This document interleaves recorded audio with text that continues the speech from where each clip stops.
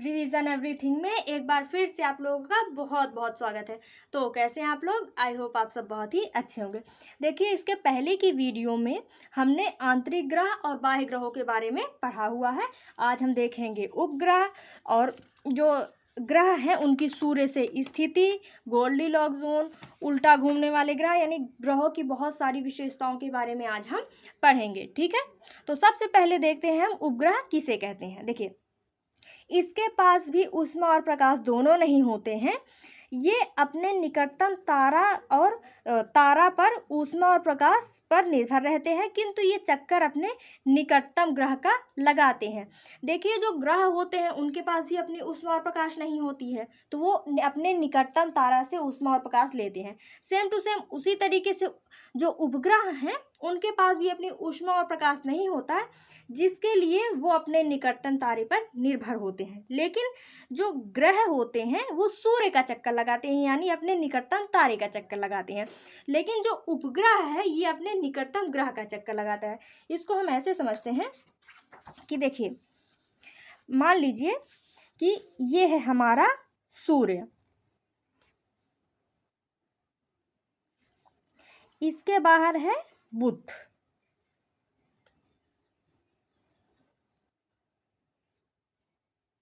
फिर है शुक्र, उसके बाद है पृथ्वी।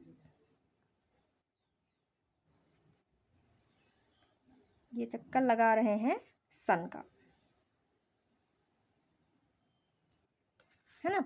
तो जो जितने भी ग्रह हैं वो सभी सन का चक्कर लगा रहे हैं, यानी कि अपने निकटतम तारे का। लेकिन जो उपग्रह हैं वो ग्रह का चक्कर लगा रहे हैं। जैसे हमारे चंदा मामा हैं, जो चंदा मामा हैं वो पृथ्वी का चक्कर लगाते हैं। ये हो गए चंद्रमा। जो उपग्रह होते हैं उसके पास भी अपना और ऊष्मा और प्रकाश नहीं होते हैं। चंद्रमा के पास भी अपना ऊष्मा और प्रकाश नहीं है। ये अपने निकटतम तारे पर ही ऊष्मा और प्रकाश के लिए निर्भर रहते हैं। लेकिन जो चक्कर है वो अपने निकटतम ग्रह का चक्कर लगाते हैं। कि उदाहरण के लिए हम यहाँ पे चंद्रमा को लिए ही हुए हैं।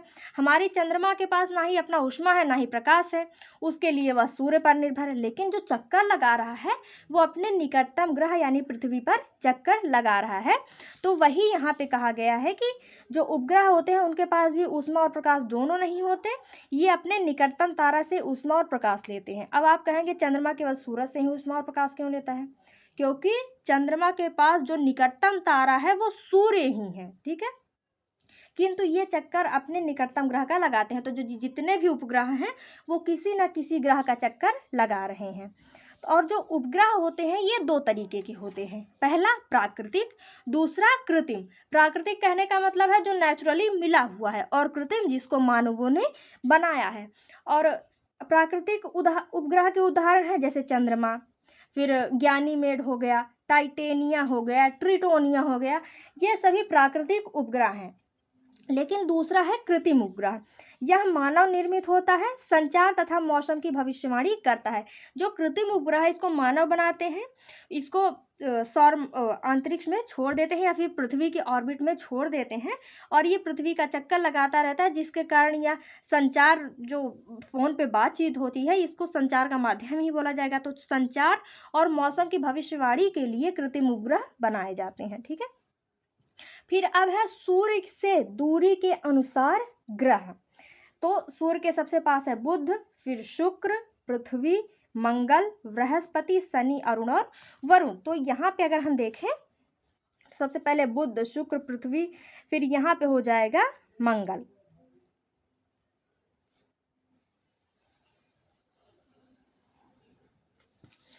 फिर है मंगल के बाद तो आपको पता है यहाँ पे क्षुद्र ग्रहों की पेटी है ना। फिर मंगल के बाद है बृहस्पति, शनि, अरुण और वरुण।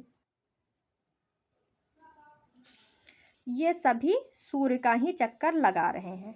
अब इसको मान लीजिए तो घूम ही रहे हैं, उधर तो बन ही जाएगा, है ना।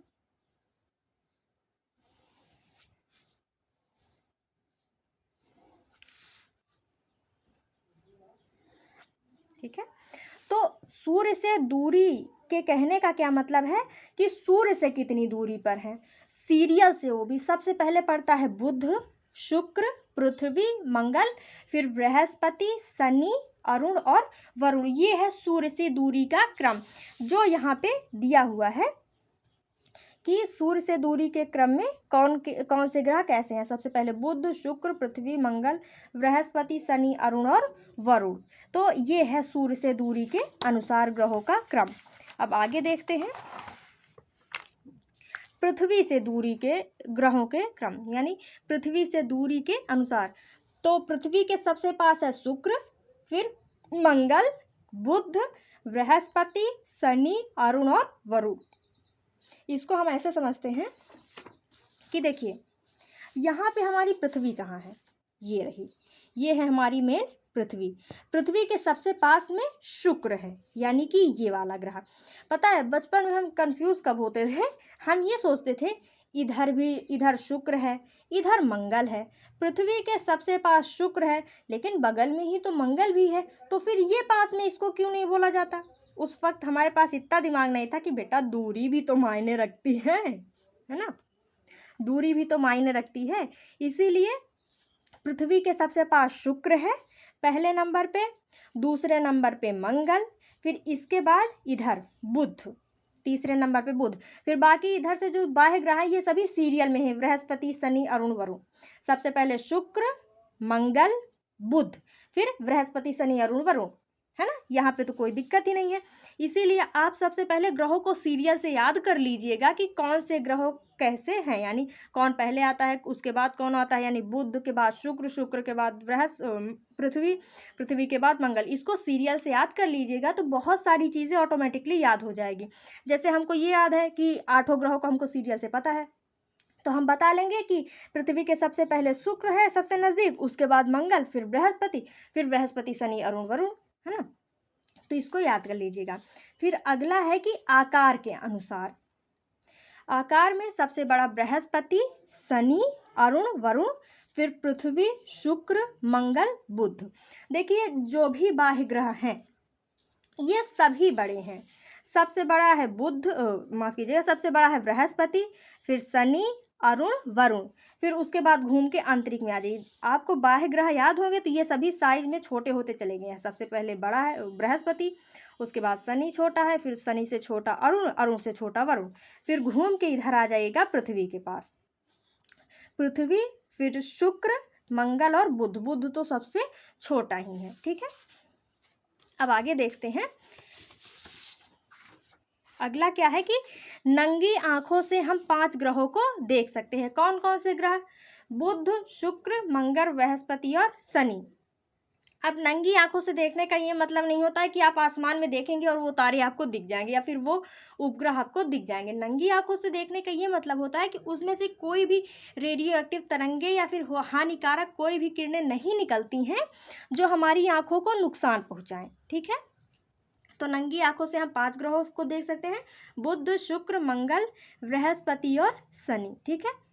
फिर है उल्टा घूमने वाले ग्रह, यानी कि जो ज़्यादातर ग्रह हैं 6 ग्रह वो पश्चिम से पूरब की ओर घूमते हैं, लेकिन 2 ग्रह ऐसे हैं जो उल्टा घूमते हैं। पहला है शुक्र, दूसरा है अरुण। इसको यहाँ से याद कीजिए, ये याद हो जाएगा। इधर से दूसरा नंबर शुक्र, इधर से दूसरा नंबर अरुण, तो दोनों तरफ से दूसरे नंबर वाले ग्रह उल्टा घूमते हैं। इधर से है हमारा शुक्र, इधर से है अरुण, दोनों उल्टा घूमते हैं, यानी पूरब से पश्चिम की ओर घूमते हैं, जिस कारण यहाँ पे जो सूर्योदय है वो पश्चिम में होता है, ठीक है। फिर अब आगे देखते हैं ग्रहों से संबंधित कुछ महत्वपूर्ण तथ्य। देखिए ग्रहों में सर्वाधिक घनत्व पृथ्वी का है और सबसे कम घनत्व शनि का है। ये तो आपको पता है, पृथ्वी पे तो हम खुद ही हैं। और शनि के बारे में हमने क्या पढ़ा था कि ये इतना हल्का है कि ये पानी में भी नहीं डूबेगा, यानी इसका घनत्व सबसे कम है। फिर अब अगला है कि सबसे बड़ा उपग्रह ज्ञानीमेड और सबसे छोटा उपग्रह डिमोस यानी मंगल का उपग्रह है। तो सबसे बड़ा ज्ञानीमेड, सबसे छोटा डिमोस जो कि मंगल का है। फिर अब अगला है कि सबसे तेज घूर्णन बृहस्पति 5.5 घंटा में तथा सबसे धीमा घूर्णन शुक्र 249 दिनों में करता है। इसके बारे में जब हम बृहस्पति और शुक्र के बारे में पढ़ रहे थे तो वहाँ पे उसके घूर्णन की चर्चा हुई थी। सबसे तेज बृहस्पति 9.5 घंटा, सबसे कम शुक्र 249 दिन। तो देखा जाए तो जो शुक्र है इसका जो घूर्णन है वो 249 दिन, और जो परिक्रमण है सूर्य का वो 245 दिन। तो यहाँ पे एक दिन और एक साल लगभग बराबर हो जाते थे। तो ये तो आपको हम पढ़ा ही चुके हैं, है ना, तो इसको याद रखिएगा। फिर अब आगे हैं, सबसे तेज परिक्रमण बुध 88 दिनों में तथा सबसे धीमा परिक्रमण शुक्र 249 दिनों में करता है। इसको तो आप आराम से याद रख सकते हैं, क्योंकि देखिए सबसे नज़दीक बुध है तो जाहिर सी बात है वो जल्दी से चक्कर मार लेगा, है ना। और सबसे लास्ट में कौन सा है, वरुण। इसीलिए इसको घूमने में, जो चीज़ें दूर है उसको घूमने में भी तो टाइम लगेगा ना। तो सबसे पहले सूर्य की परिक्रमा बुध कर लेता है और सबसे देर में वरुण करता है। ठीक है, अब आगे देखते हैं, सबसे गर्म ग्रह शुक्र तथा सबसे ठंडा ग्रह वरुण है। यहाँ सबसे क्या बताएं, ये ठंडा है। सबसे गर्म ग्रह शुक्र है। ऐसा क्यों, क्योंकि देखिए जो बुध है उसके पास तो वायुमंडल है नहीं, दिन में जितना गर्म हुआ रात में उतना ही ठंडा हो जाता है। लेकिन जो शुक्र है इसके पास अपना वायुमंडल है, दिन में जितना भी ऊष्मा ऊर्जा आती है वायुमंडल के कारण वो बाहर जा नहीं पाती, जिस कारण जो शुक्र है वो सबसे ज़्यादा गर्म ग्रह है। इसी की तरीके से जो अरुण है वो सबसे ठंडा है। आप कहेंगे कि वैसे तो वरुण सबसे दूर है तो अरुण सबसे ठंडा क्यों है ना। तो जब हम अरुण के बारे में पढ़ रहे थे तो वहाँ पे हमने बताया था कि अरुण अपने अक्ष पर लेटा हुआ ग्रह है। देखिए सबसे ठंडा, भले ही वरुण सबसे दूर है लेकिन सबसे ठंडा ग्रह अरुण है, क्योंकि ये अपने अक्ष पर लेट गया है। अब लेट गया है तो जो सूर्य का प्रकाश होगा वो तिरछा ही चला जाएगा, इसके ज़्यादातर हिस्से में बर्फ जमी रहेगी, जिस कारण ये सबसे ठंडा ग्रह है। तो उल्टा घूमने के साथ साथ इन दोनों का नेचर भी मिल रहा है देखा जाए तो, क्योंकि शुक्र सबसे गर्म है और अरुण सबसे ठंडा है, तो इसको ध्यान रखिएगा। फिर अब अगला है गोल्डीलॉक जोन। अंतरिक्ष का वह स्थान जहां जीवन की संभावना पाई जाती है उसे गोल्डीलॉक जोन कहते हैं। केवल पृथ्वी पर जीवन संभव है, मंगल पर इसकी संभावना है। ठीक है, तो गोल्डीलॉक जोन किसे कहते हैं, ब्रह्मांड में जहाँ पे जीवन की संभावना है उसे गोल्डीलॉक जोन कहते हैं। फिर अब आगे है ग्रह परिक्रमण और उनका परिभ्रमण। इसके बारे में तो हम ग्रह के साथ साथ देख ही चुके हैं। इन सबको हम PDF बना के टेलीग्राम पे डाल देंगे, आप लोग वहाँ से देख लीजिएगा। मिलते हैं नेक्स्ट वीडियो में। Thank you.